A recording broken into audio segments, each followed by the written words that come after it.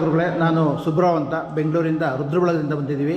ಹರಿಹರೇಶ್ವರ ದೇವಸ್ಥಾನದ ಬಗ್ಗೆ ಒಂದು ಎರಡು ಮಾತನ್ನ ತಿಳಿಸ್ಕೊಡ್ಬೇಕು. ಸ್ಥಳೀಯವಾಗಿ ನೀವು ಇಲ್ಲಿ ಪೂಜೆ ಮಾಡೋದನ್ನ ನಿಮಗೆ ವಿಶೇಷತೆ ಗೊತ್ತಿರುತ್ತೆ, ತಿಳಿಸ್ಕೊಡಿ ದಯವಿಟ್ಟು. ಸರಿ, ನೀವಿಲ್ಲಿ ನೋಡ್ತಾ ಇರೋದು ಹರಿಹರೇಶ್ವರ ಶಂಕರನಾರಾಯಣ ಶಿವಕೇಶವ ಅನ್ನೋ ದೇವರನ್ನು ನಾವು ನೋಡ್ತಾ ಇರೋ ಮೂರ್ತಿಯ ಬಲಗಡೆ ಭಾಗ ಎಲ್ಲವೂ ಶಿವನ ಅಂಶಗಳು ಕಾಣುತ್ತೆ. ಕಿರೀಟದಲ್ಲಿ ಜಟಾಚಂದ್ರ, ಕೈಯಲ್ಲಿ ತ್ರಿಶೂಲ, ಆಶೀರ್ವಾದ ಮಾಡುವ ಅಭಯಹಸ್ತ, ಕೆಳಗಡೆ ಪಾರ್ವತಿ, ಅದರ ಕೆಳಗಡೆ ಗಣಪತಿ ಬರುತ್ತೆ. ನಂತರ ಮೂರ್ತಿಯ ಎಡಗಡೆ ಭಾಗಕ್ಕೆ ವಿಷ್ಣುವಿನ ಕಿರೀಟ, ಕೈಯಲ್ಲಿ ಚಕ್ರ, ಇನ್ನೊಂದು ಕೈಯಲ್ಲಿ ಶಂಖ, ಕೆಳಗಡೆ ಲಕ್ಷ್ಮೀದೇವಿ, ಅದರ ಕೆಳಗಡೆ ಋಷಶೃಂಗ ಮಹಾಮುನಿಗಳಿದ್ದಾರೆ. ಆಮೇಲೆ ಹರಿಹರೇಶ್ವರನ ವಿಶೇಷತೆ ಏನಪ್ಪ ಅಂದರೆ, ಪ್ರತಿ ದೇವಸ್ಥಾನದಲ್ಲೇ ನಾವು ಹೋದರೆ ದೇವರ ಅಥವಾ ದೇವಿ ಪಾದಗಳನ್ನು ಮೂಲವಾಗಿ ಅಥವಾ ಕವಚ ರೂಪದಲ್ಲಿ ದರ್ಶನ ಮಾಡ್ತೀವಿ. ಆದರೆ ಇಲ್ಲಿ ಮೂರ್ತಿ ಇರೋದು ಮೊಣಕಾಲಿಂದ ಮಾತ್ರ, ಮೊಣಕಾಲಿಂದ ಮೇಲೆ, ಮೊಣಕಾಲಿಂದ ಕೆಳಗಡೆ ಕಾಲುಗಳು ಭೂಮಿಯಲ್ಲಿ ಹೂತೋಗಿದೆ ಅಂಥೇಳಿ ಸ್ಕಾಂದ ಪುರಾಣದ ಕಾಶಿಖಂಡದಲ್ಲಿ ಈ ಸ್ವಾಮಿ ಚರಿತ್ರೆ ಬರ್ತದೆ. ಏನಿದೆ ಇಲ್ಲಿ, ಗುಹಾ ಅನ್ನೋ ಋಷಿಪುತ್ರ ಅವನು ಮಹತ್ವಾಕಾಂಕ್ಷಿ ಆಗಿರ್ತಾನೆ. ಕೆಟ್ಟ ರೀತಿಯಲ್ಲಿ ಯಾವುದೇ ರೀತಿ ಒಳ್ಳೆಯ ಕೆಲಸಗಳನ್ನು ಮಾಡಬೇಕು ಅನ್ನೋ ಮನಸ್ಥಿತಿಯಲ್ಲಿ ಅವನು ಇರೋದಿಲ್ಲ.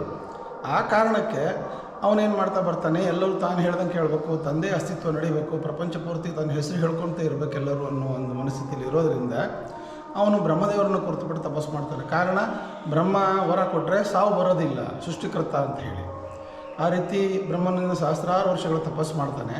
ಆ ತಪಸ್ಸಿಗೆ ಬ್ರಹ್ಮದೇವರು ಮೆಚ್ಚಿಬಿಟ್ಟು ಕೇಳ್ತಾರೆ ಏನು ಬೇಕು ಅಂತ ಹೇಳಿದಾಗ ಅವನು ತನ್ನ ರಾಕ್ಷಸಿ ಬುದ್ಧಿ ಅಥವಾ ಕೆಟ್ಟ ಬುದ್ಧಿಯಲ್ಲಿ ಏನೇನು ಕೇಳಬೇಕು ಕೇಳ್ತಾನೆ.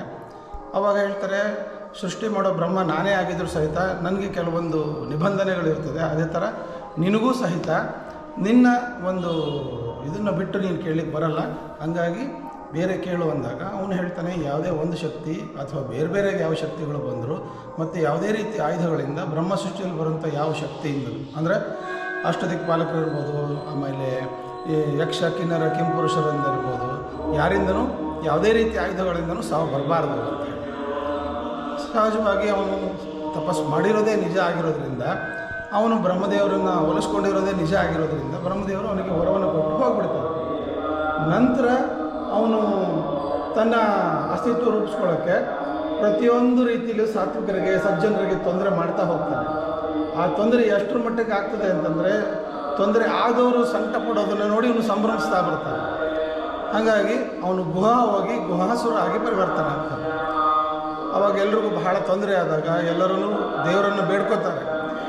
ಒಳ್ಳೆ ರೀತಿಯಲ್ಲಿ ಜೀವನ ಮಾಡುವಂಥ ನಮ್ಗಳಿಗೆ ಹೇಳ್ಬಿಟ್ಟು ಅದನ್ನು ತಪ್ಪಿಸೋವಂಥ ಕೆಲಸ ನೀವು ರಾಕ್ಷಸರಿಗೆ ಅಥವಾ ಕೆಟ್ಟವರಿಗೆ ಕೊಡ್ತೀರಿ, ಬಲವನ್ನು ಕೊಡ್ತೀರಿ, ಅದರಿಂದ ಮುಂದಿನ ಪ್ರಪಂಚದಲ್ಲಿ ಸಜ್ಜನರಿಗೆ ಬಹಳ ತೊಂದರೆ ಆಗ್ತದೆ, ಅದಕ್ಕೆ ಅವನಿಂದ ನಮಗೆ ಮುಕ್ತಿಯನ್ನು ಕೊಡಬೇಕು ಅಂದಾಗ ಶಿವನ ಮತ್ತು ವಿಷ್ಣುನ ಎರಡು ಅಂಶಗಳು ಒಂದಾಗಿ ದೇವಸ್ಥಾನದ ಹಿಂದುಗಡೆಗೆ ಇವಾಗ ತುಂಗಭದ್ರಾ ನದಿ ಹರಿತದೆ.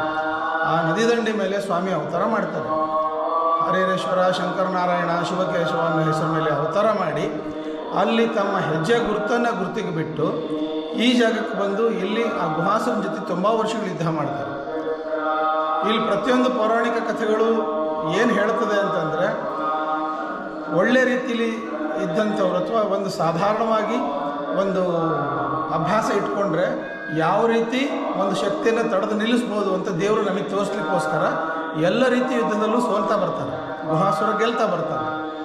ಏನಕ್ಕೆ ಅಂದರೆ ಅವನು ಪ್ರತ್ಯಕ್ಷವಾಗಿ ಬ್ರಹ್ಮದೇವರಿಂದ ವರ ತಗೊಂಡಿರ್ತಾನೆ, ಕಾರಣ ಅವನ ಅನುಷ್ಠಾನ ಬಲ ಅಥವಾ ತಪಶಕ್ತಿ. ಇನ್ನು ಪರೋಕ್ಷವಾಗಿ ವಿಷ್ಣು ಮತ್ತು ಶಿವನ ದರ್ಶನ ಆಗಿರ್ತದೆ. ಆಮೇಲೆ ಒಂದು ದೇವಸ್ಥಾನ ಆಗಬೇಕು ಅಂದರೆ ಆ ಭೂಮಿಗೆ ಆ ತಾಕತ್ತಿರಬೇಕಂತ, ಆ ಬಲ ಇದ್ದರೆ ಮಾತ್ರ ಅಲ್ಲೊಂದು ದೇವಸ್ಥಾನ, ಧಾರ್ಮಿಕ ಕೇಂದ್ರ ಅಥವಾ ಒಂದು ಬೃಂದಾವನ ಆಗಲಿಕ್ಕೆ ಸಾಧ್ಯ. ಆ ಕಾರಣಕ್ಕೆ ಆ ರಾಕ್ಷಸ ಬಲಾಢ್ಯನಾಗಿರ್ತಾನೆ ಅಂತ ದೇವರು ನಮಗೆ ತೋರಿಸ್ತಾರೆ. ಯಾಕಂದರೆ ಒಳ್ಳೆ ರೀತಿಯಲ್ಲಿ ನಾವು ಅಭ್ಯಾಸ ಇಟ್ಕೊಳ್ಳಿ ಅಂಥೇಳಿ. ನಂತರ ಏನಾಗುತ್ತೆ, ಅವನ ಅವಸಾನ ಕಾಲ ಬಂದಾಗ ಹರಿಹರೇಶ್ವರ ಆಗಿ ನಿಂತು ಅವನನ್ನು ಸಾತ್ವಿಕನನ್ನಾಗಿ ಪರಿವರ್ತನೆ ಮಾಡಿದಾಗ ಅವನಿಗೆ ಅವನ ತಪ್ಪಿನ ಅರಿವಾಗ್ತದೆ. ಅವನು ದೇವ್ರಿಗೆ ಶರಣಾಗ್ತಾನೆ, ದೇವ್ರ ಪೂಜಾ ಮಾಡ್ತಾನೆ, ದೇವ್ರ ಸ್ಮರಣ ಮಾಡ್ತಾನೆ, ದೇವರನ್ನು ಸ್ತೋತ್ರ ಮಾಡ್ತಾ ಹೋಗ್ತಾನೆ.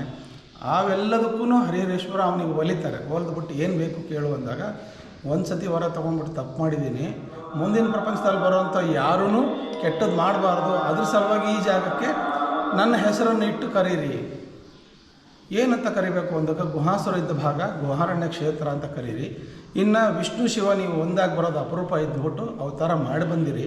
ಮುಂದೆ ಬರುವಂಥ ಯತಿಗಳು, ಮುಂದೆ ಬರುವಂಥ ಗುರುಗಳು, ಮುಂದೆ ಬರುವಂಥ ಭಕ್ತರ ಉದ್ಧಾರಕ್ಕೆ ನೀವು ಇಲ್ಲಿ ನೆಲೆಸಬೇಕು ಅಂತ ಕೇಳಿದಾಗ ಅವನನ್ನು ಭೂಮಿಯೊಳಗಡೆ ತುಳಿದುಬಿಟ್ಟು ಅವನಿಗೆ ವರವನ್ನು ಕೊಟ್ಟಿರೋ ರೀತಿ ಸ್ವಾಮಿ ಇಲ್ಲಿ ನೆಲೆಸ್ತಾರೆ.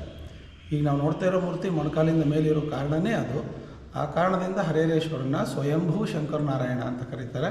ಇನ್ನು ದೇವಸ್ಥಾನ ಗರ್ಭಗುಡಿ, ಅಲ್ಲಿಂದ ಮುಂದೆ ಬರೋ ಮಂತ್ರಜಾಗರ ಕದಂಬರದಾದರೆ ಇನ್ನು ಈ ಪ್ರಕಾರ ನವರಂಗ ಅಂತ ಕರಿತೀವಿ. ಇದಿಷ್ಟು ಚಾಲುಕ್ಯ. ಮುಂದುಗಡೆ ಮಹಾಮಂಟಪ, ಇವತ್ತೇನು ನೀವು ರುದ್ರಪಟ್ಟಣಕ್ಕೆ ಕೂತ್ಕೋತೀರಿ ಅದಿಷ್ಟು ಹೊಯ್ಸಳ. 1500 ವರ್ಷದ ಇತಿಹಾಸ ಈ ದೇವಸ್ಥಾನಕ್ಕಿದೆ. ಇನ್ನು ಈ ಪ್ರಾಕಾರದಲ್ಲಿ ಕಾಲಭೈರವ, ವಡಭಾಂಡೇಶ್ವರ, ಸಣ್ಣ ಹರಿಹರೇಶ್ವರ ಮತ್ತು ಲಕ್ಷ್ಮೀ ದೇವಸ್ಥಾನ, ಅದರಲ್ಲಿ ಉದ್ಭವ ಗಣಪತಿ ಮತ್ತು ಸರ್ಪರೂಪದಲ್ಲಿ ಸುಬ್ರಹ್ಮಣ್ಯ ಇದೆ. ಇದಿಷ್ಟು ಈ ಕ್ಷೇತ್ರದೊಳಗೆ ನೋಡುವಂಥ ವಿಶೇಷ ಸನ್ನಿಧಾನಗಳು. ದರ್ಶನ ಮಾಡಿ. ಧನ್ಯವಾದಗಳು ಗುರುಗಳೇ. ತಮ್ಮ ನಾಮಧೇಯ ತಿಳಿಸಿದ್ರೆ? ಗುರುಪ್ರಸಾದ್ ನಾಡಿಗೇರ್ ಅಂತ ಹೇಳಿ. ಧನ್ಯವಾದ. ನಾವು ಹೆಚ್ಚು ಕಡಿಮೆ ಈ ನಮ್ಮ ದೇವಸ್ಥಾನಕ್ಕೆ 3 ತಲೆಮಾರಿಂದ ಪೂಜೆ ಮಾಡ್ತೀವಿ. ಧನ್ಯವಾದಗಳು ಗುರುಗಳೇ.